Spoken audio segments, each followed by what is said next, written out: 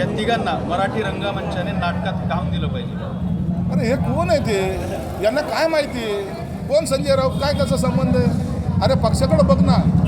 त्या उद्धव साहेबांची तब्येत खराब का लागलास? चांगलं त्यांना राहू दे ना. उबाटा फोडलं, राष्ट्रवादी फोडली, आता काँग्रेस फोडली या विधान परिषदेला. हे या कर्मदरिद्र माणसाला, या काळा मांजरीला जोपर्यंत महाविकास आघाडीतून बाहेर निघणार नाही तोपर्यंत हा कुणाचाच भलं होऊ देणार नाही. अमित शहांवरती जे खटले होते ते सगळे मोदी सरकार आल्यानंतर हटवलेले आहेत. अमित शहांवरचा खटला गुजरातच्या बाहेर चालवा हे सुप्रीम कोर्टाने आदेश दिले होते का नाही? एकदा खरं खोटं सांगावं. अहो त्यांनी काय केलं होतं? आम्ही तर त्या शरद पवारच्या हेलिकॉप्टरमध्ये दाऊदचा माणूस बसलेला होता. त्याची चर्चा करा ना.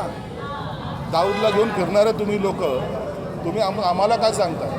अमित शहानी त्या टायमामध्ये काय केलं ते सर्व हिंदुत्ववादासाठी केलेलं आहे.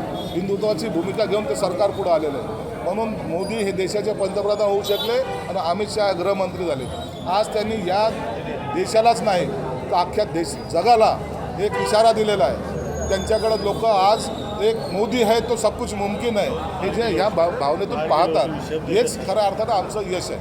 अनिल देशमुख प्रकरणामध्ये अनिल देशमुखांनी खुलासा केला आहे की मिरजेतले समित कदम नावाचे एक व्यक्ती होते जनसुराज्य शक्ती पक्षाचे. तर ते अनिल देशमुखांकडे फडणवीसांचा निरोप घेऊन अनेकदा आले होते आणि ज्या अफिडेव्हिटवर सह्या करायच्या होत्या अनिल देशमुखांनी तो अफिडेव्हिट लिफाफ्यामध्ये घालून समित देशमुख आणले घेऊन आले. अनिल देशमुख आजकाल नवीन स्टोऱ्या लिहायला लागलेल्या आहे. जेलमधून सुटून किती दिवस झाले? आज काय त्याला रोज स्वप्न पडतं आणि रोज सकाळी काहीतरी बोलतोय. त्यालाही संजय राऊत नावाचा कुत्रा चावल्यासारखा दिसतं. अजित पवार सत्तेत एक शेवटचा अजित पवार सत्तेत सहभागी होतानाचे किस्से समोर आलेत.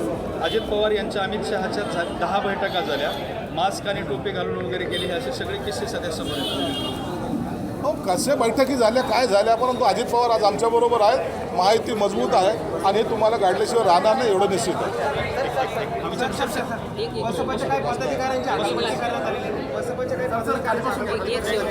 पैसे दिले काहीतरी विषय होता. तुमची प्रचंड इच्छा होती, मंत्रिपदाची इच्छा होती, मात्र अब्दुल सत्तार यांना हे पालकमंत्रीपद मिळालेलं आहे. तुमची निश्चित नाराजी असणार आहे. मागच्या वेळेला तुमच्या दोघांमधली नाराजी समोर आली. मला पालकमंत्री सत्तारला दिल्याबद्दल कोणतीही नाराजगी नाही. एकदा मुख्यमंत्र्यांनी निर्णय घेतला, विषय त्या ठिकाणी संपला. आणि तुमच्या माहितीचं सांगतो, त्यांचा पालकमंत्री जाहीर करण्यापूर्वी स्वतः अब्दुल सत्तार असतील, मी असेल, आम्ही दोघंही CM समोर होतो.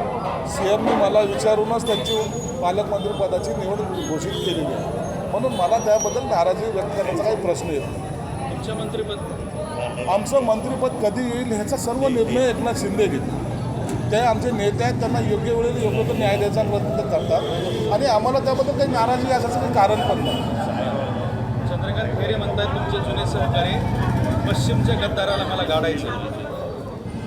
खैरेंचं पहिले त्यांनी पक्षातील जे त्यांचे काही जवळचे सहकारी, जीवाभावाचे सहकारी ज्यांनी 2 वेळा त्यांचा पराभव केला, पहिला त्यांचा बंदोबस्त करा.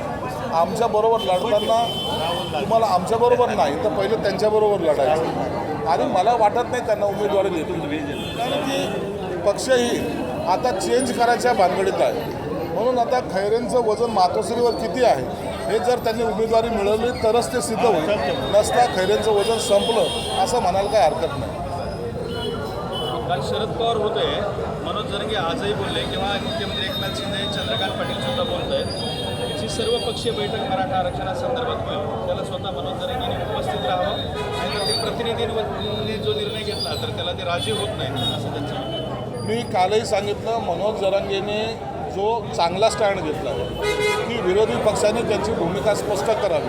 परंतु तुम्ही जर पाहिलं तर आजपर्यंतही उबाठा गटाच्या कोणत्याही नेत्यांनी याच्यावर कोणतीही प्रतिक्रिया दिली नाही. काँग्रेसही काही बोललं नाही आणि शरद पवारांनी त्याला साईड ट्रॅक करून बैठक घ्या, चर्चा करा असा जो काही सल्ला द्यायचा प्रयत्न केलेला आहे. याचा अर्थ असा होतो की या महाविकास आघाडीला मराठा आरक्षण असेल, ओबीसींचा प्रश्न असेल, यांना आपसामध्ये लढवायचं, ते आपसामध्ये डोके फोडावेत आणि आपलं राजकारण चालावं या दृष्टिकोनातून त्यांची असलेली वाटचाल. परंतु महायुतीमध्ये शिंदेसाहेब असेल, देवेंद्र फडणवीस असेल, अजितदादा असतील, हे सर्वजण मिळून आपला हा प्रश्न जो सामाजिक तेढ निर्माण करतोय ते सोडवण्याचा प्रयत्न करतायत. याचा परिणाम म्हणून आज मराठा समाजाला 48 लाख लोकांना कुणबीचे सर्टिफिकेट देण्यात आलेले आहे. यापूर्वी कधी घडलं नव्हतं आणि त्यानंतरसुद्धा जवळपास 3.5 लाख लोक कर्मचाऱ्यांना घेऊन ह्या मराठा समाजाचा सर्वे केला गेलेला आहे. ही मोठी अचिव्हमेंट आहे आणि हे जरांगे पाटीलसुद्धा मान्य करतात, सर्वजण मान्य करतात. म्हणून जी नाराजगी जरांगे पाटलाची ते महाविकास आघाडीच्या विरोधात आहेत आणि त्यांना ते काढल्याशिवाय राहणार नाही एवढं मात्र निश्चित आहे. शिंदेच्या शिवसेने म्हणजे तुमच्या शिवसेनेनं 113 विधानसभा मतदारसंघात 93 निरीक्षक नेमलेत. आता ह्याच्यावरून अशी चर्चा सुरू आहे की तुम्ही 93 किंवा 113 जागा लढवणार आहात. आम्ही 93 आता नेमलेत. आम्ही 288 मतदारसंघात निरीक्षक नेमणार आहोत.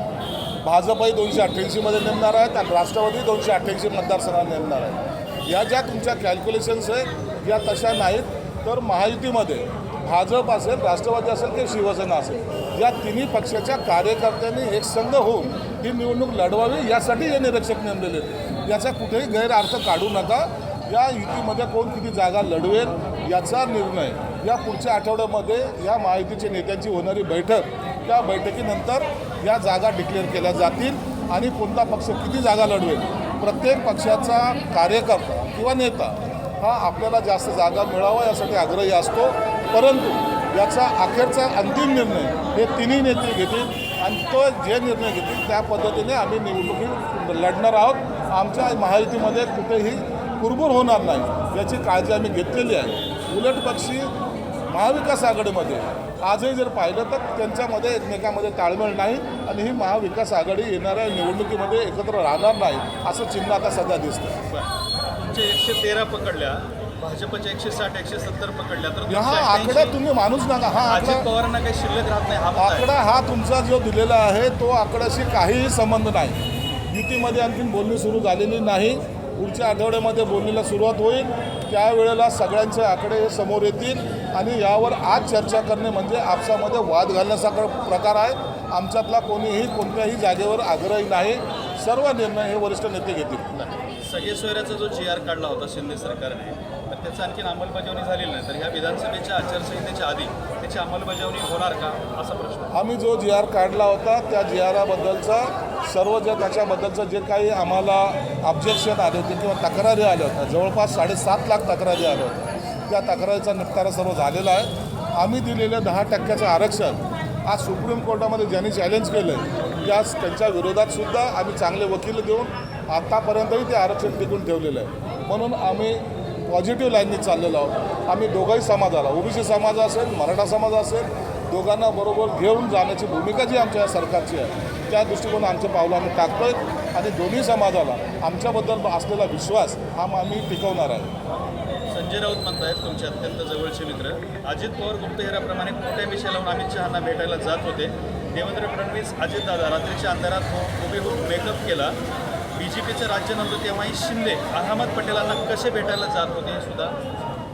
आम्ही कसं जातो याच्याबद्दल चर्चा करण्यापेक्षा संजय राऊत ते फरची टोपली घालून त्या राहुल गांधीला भेटायला काश्मीरला जातो आहे ना. आता यांचे हृदय सम्राट राहुल गांधी आणि ती सोनिया मॅडम आहेत, ज्यांचे देव बदललेले, ज्यांनी आपला नेता बदललेला आहे, त्यांनी आमच्यावर टीका करण्याचं काही कारण नाही आणि त्याला तेवढीची किंमत आम्ही देत नाही. आम्ही जे जाऊ तर उघडपणे जाऊ, आम्ही जाऊ तर उघडपणे विरोधात जाऊ.